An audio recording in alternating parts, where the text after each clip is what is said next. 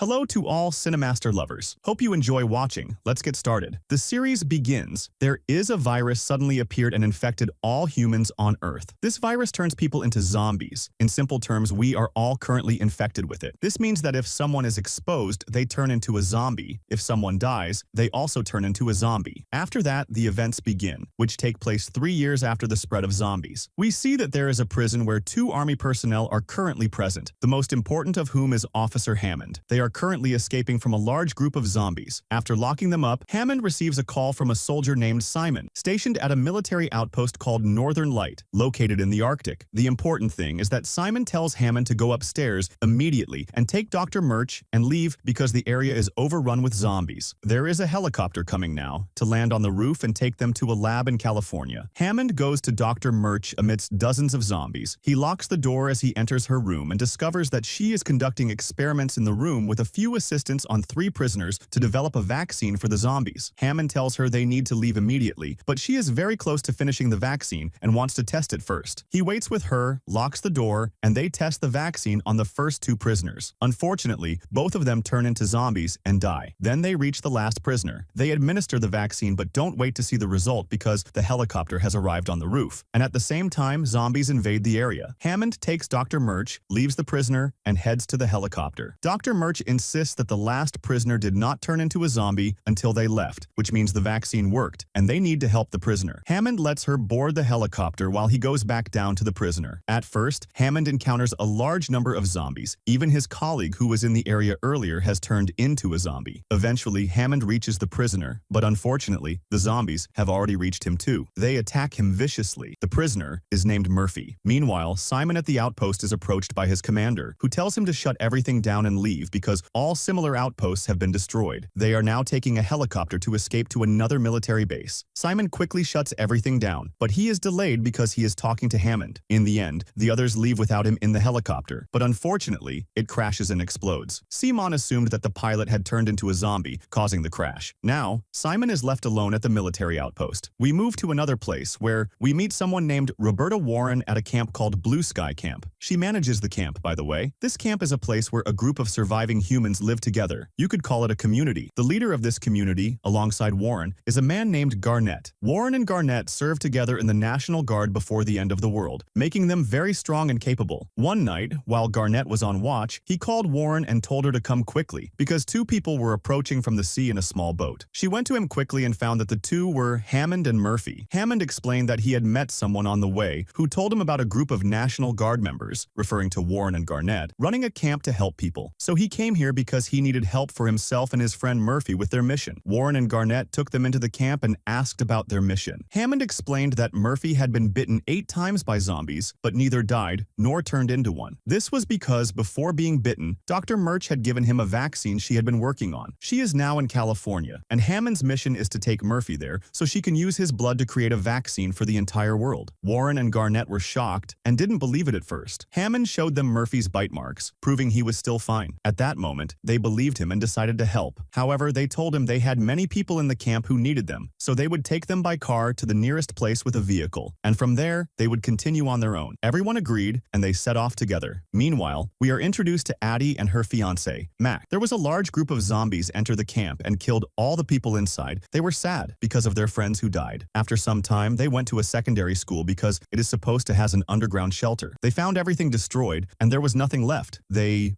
fled and began searching for anything useful. They found a child who was still alive was in the car with his mother, who had died. They took Garnett and Warren and decided to protect him with them, knowing that he must have been there with his mother in the car. But surely she must have been involved in the incident and died immediately, leaving him there in his place. Behind the school, Eddie, Mac, and Doc were also searching like Warren and Garnett. They came across a cage surrounded by zombies, so they quickly got rid of them and found inside the cage a woman named Cassandra. She was wearing strange clothes and sitting inside the cage, locked in. They freed her and took her to Hammond to learn her story. Hammond wanted to know what exactly she had done to end up locked in like that. She told him she had locked herself in because the place was full of zombies, and she couldn't escape. She thought she might find help, but she didn't. Hammond didn't believe her words. But he didn't get a chance to ask much because Warren warned everyone that zombies were approaching a few meters away. Hammond quickly ordered everyone to go out and gather supplies from anywhere they could find. Garnett was to stay with Murphy and the child to protect them. Indeed, everyone went out and began searching, but suddenly, a zombie grabbed someone and was about to bite them. Fortunately, someone from afar with a sniper rifle finished it off and disappeared. Meanwhile, Garnet, while protecting the child and Murphy, encountered some zombies emerging from the place. He started fighting them fiercely with all his strength. Hearing the commotion, Warren and Hammond came to his aid and finished them off. Hammond took Murphy and went outside, while Garnet and Warren were about to take the child out too. Unfortunately, the child had died and turned into a zombie because, apparently, one of the zombies had reached and bitten him. Warren and Garnet quickly left the place and locked the door. At this point, everyone had had enough of the place and wanted to leave, but Warren and Garnet insisted they wouldn't leave until they killed the child, as it was cruel to leave him like that. Hammond told them to take care of Murphy while he went in alone to deal with the child. This child, after turning into a zombie, became like a demon. Suddenly, Hammond encountered another zombie with him, and they completely overpowered him and devoured him. Afterward, everyone entered to find Hammond in that state. They killed him. And all the zombies after Hammond's death, Murphy wanted to leave and abandon the mission. Everyone was ready to do so, but suddenly, Hammond's radio began transmitting. They rushed to get it and found that the one trying to communicate was Simon. As soon as Simon spoke, he learned that Hammond had died. He asked to speak to someone in charge, so they gave the radio to Garnet. He learned that Garnet was from the National Guard. Simon gave official orders to take Murphy and deliver him to California at any cost. Before he could finish his words, the connection was cut because the radio battery had run out. Garnet decided to continue the mission. He took Murphy and the group and set off. On their way, they saw the sniper who had helped earlier. His name was 10K. They took him along as he was alone and had no group. Meanwhile, Simon, after losing contact with Garnet, sat alone, unable to do anything. Although he tried to communicate several times with Warren, Garnet, and the others, he received no response, not from them or anyone on the planet. This almost drove him crazy, thinking everyone had died. But suddenly, he saw on a surveillance camera someone walking past the station with dogs. He grabbed his gun and went outside to see who it was. He found a man being pulled on a sled by the dogs, but the man had died from the cold. Only one dog was still alive, but was on the verge of death from the cold. Simon was overjoyed and brought the dog inside, warming it, feeding it, and giving it water. He was thrilled as he was alone in a massive station surrounded by kilometers of snow. But unfortunately, his joy turned to despair when he foolishly left the station door open. One of the dogs that had died outside from the cold turned into a zombie and entered the station. Simon grabbed his gun and tried to kill it, but realized he was out of bullets. He quickly climbed into a crane in the station and hid there, but the zombie dog kept coming for him. Finally, he gathered his courage, grabbed a stick, and fought it off, killing it. Once again, he was left with his dog, feeling a renewed sense of hope. He tried to reconnect with the team. Meanwhile, the team was traveling in 2 cars and a truck, wandering here and there for a long time. The journey to California spanned thousands of kilometers, making it difficult. At one point, they encountered a large number of zombies and decided to run them over with their vehicles. This caused problems as the truck ran out of fuel and one of the cars had a flat tire. After changing the tire, they spent some time exploring the area. Suddenly, 2 motorcyclists passed by, as Cassandra, the girl they had taken from the school, seemed to know them. But for now, the 2 motorcyclists went their separate ways quietly. The group needed fuel, so they began searching for it. During this time, Doc was talking to 10K, questioning his name. 10K explained that it wasn't his real name but a nickname he liked because it represented the 10,000 zombies he aimed to kill. Suddenly, one of the motorcyclists from earlier, named Travis, appeared. He was held at gunpoint, but explained that his companion had betrayed him, stolen his motorcycle, and fled. He offered to help them find a place with plenty of fuel in exchange for joining their group. Later, Cassandra and Travis were sent to create a distraction to lure the zombies away, allowing Garnet and Warren to access the fuel. The plan was set in motion, and Garnet told Doc to stay with Murphy and protect him. Eddie and Mac managed to reach a pump and stop it, halting all the zombies. On another note, Travis and Cassandra were the second pair and ended up in a distant place. They made loud noises to attract the zombies towards them. Garnet found a gasoline truck, so they decided to fill it up and take it. Everything seemed to be going smoothly, and Addie and Mac descended to complete their task. But suddenly, Travis started fighting with Cassandra, chasing her and shouting, "You'll be back." Here we learn that Cassandra was part of a certain group. The man she was with on the motorcycle had tricked the entire group to get Travis to join and bring Cassandra back. Cassandra kept running until they reached an open area where she hit him, causing him to fall from a height. He died, and the zombies devoured him. When Cassandra was running from Travis, she stopped making the noise that was attracting the zombies. The zombies then turned back and started attacking Garnet and his group. Things were still under control and could have been resolved easily, but Murphy, who was with Doc in the car, panicked. Zombies surrounded their car and started banging on it. Doc tried to fight them off, but Murphy drove the car, hitting a pole because he couldn't see due to the zombies on the windshield. The car caught fire, and everyone ran away from the gasoline truck to avoid the explosion. Garnett managed to pull Murphy out of the car just in time before the place exploded. The explosion got the attention of a satellite, which allowed Simon to locate the group. He was thrilled to reconnect with them and guide them westward towards the ocean. Before leaving, the team found a few gasoline containers to take with them. Meanwhile, Travis's group, from which Cassandra had escaped, found his dead body and started tracking her. To understand Cassandra's story, we go back in time. She was part of a mentally unstable group led by a man named Tobias. This group was notorious for using women like Cassandra and another girl to lure men, who Tobias and his men would then attack, rob, and imprison. They were cannibals, eating human flesh. Cassandra was forced into this life and eventually escaped. Tobias and his men had been searching for her since then to bring her back. While on their journey, the group ran out of food. Murphy kept complaining about being hungry, so everyone split up to search for supplies. Addie and Mac decided to look for a radio to contact Simon for guidance. They found one in a police car, and while Addie was talking to Simon, Mac encountered some zombies. Simon was about to share a good location for supplies when Tobias's group captured Addie. Mac returned to find Addie missing. Simon, still on the line, informed Mac about her abduction. The group regrouped and reviewed surveillance footage showing Addie being kidnapped. Cassandra finally confessed that she knew Tobias and his group, revealing their dark history of cannibalism. The group decided to rescue Addie, with Cassandra leading them to Tobias's location. Meanwhile, Addie was being prepped to replace Cassandra in Tobias's group. She discovered their gruesome practices, including keeping people alive to harvest their flesh. Tobias tried to force her to eat human meat, but she refused. At this point, Garnett and the group arrived at Tobias's camp. They threatened Tobias, claiming to have a sniper ready to attack. Tobias revealed they had machine guns, escalating the tension. Eventually, a trade was negotiated. Addie for Cassandra. Despite Garnett's objections, Cassandra insisted on the trade to save everyone else. After the exchange, Addie urged the group to rescue Cassandra, warning them of the danger she faced. They devised a plan with Simon's help, using loud music to attract zombies to Tobias's camp. Doc entered the camp pretending to be a customer, asking for Cassandra. He managed to free her and escape, while the rest of the group stormed the camp with the zombies. And that's it. They got Cassandra and Doc with everyone and left. The rest and Tobias the zombie finished them off. They all continued their way to California in this wild, scary, and strange world, still not knowing what else awaits. After all this exhaustion on the roads, they decided to finally rest. So they settled in an empty but somewhat comfortable house, and everyone started chatting with each other. From the conversations, Garnett asked Warren about her husband, who was a firefighter before the apocalypse. She told him she didn't know anything about him because she was far from home and didn't want to face the idea that he might have turned. Garnett said, "Isn't he supposed to be your house close?" She replied, "Yes, but I didn't go." But she left it at that. A sudden storm gathered a large number of zombies around the house, so they all left the house and fled the area. After a while, Simon, at his station, looked at the screen and saw a massive destructive storm near their team. He couldn't contact them at the moment, but he quickly used the radio to warn anyone in the area to hide in an underground shelter immediately. Everyone heard and had to find a shelter. Warren reluctantly took them all to her house because there was a shelter under it. They all went there. When Warren reached her house, she found a woman and her injured, dying husband there. Warren asked them how they got into the house. They described a firefighter who told them to hide in his house's shelter and that he would follow them. Warren realized her husband might still be alive. She took everyone to the shelter and asked Doc to treat the injured man. She herself went to the fire station where her husband worked to find medical supplies to help the injured man. Meanwhile, at the house, Murphy started feeling strange sensations, which he had been experiencing for a while, even back on the road. For example, he noticed his teeth falling out and being replaced with new, sharp ones. Now at the house, his hair was falling out, and his appearance became odd. He shaved his head and joined everyone in the shelter. They were shocked by his appearance but moved past it. Meanwhile, Garnett and Warren reached the fire station. They hoped to find Warren's husband there, but instead, they encountered zombies everywhere. They hid inside the fire station,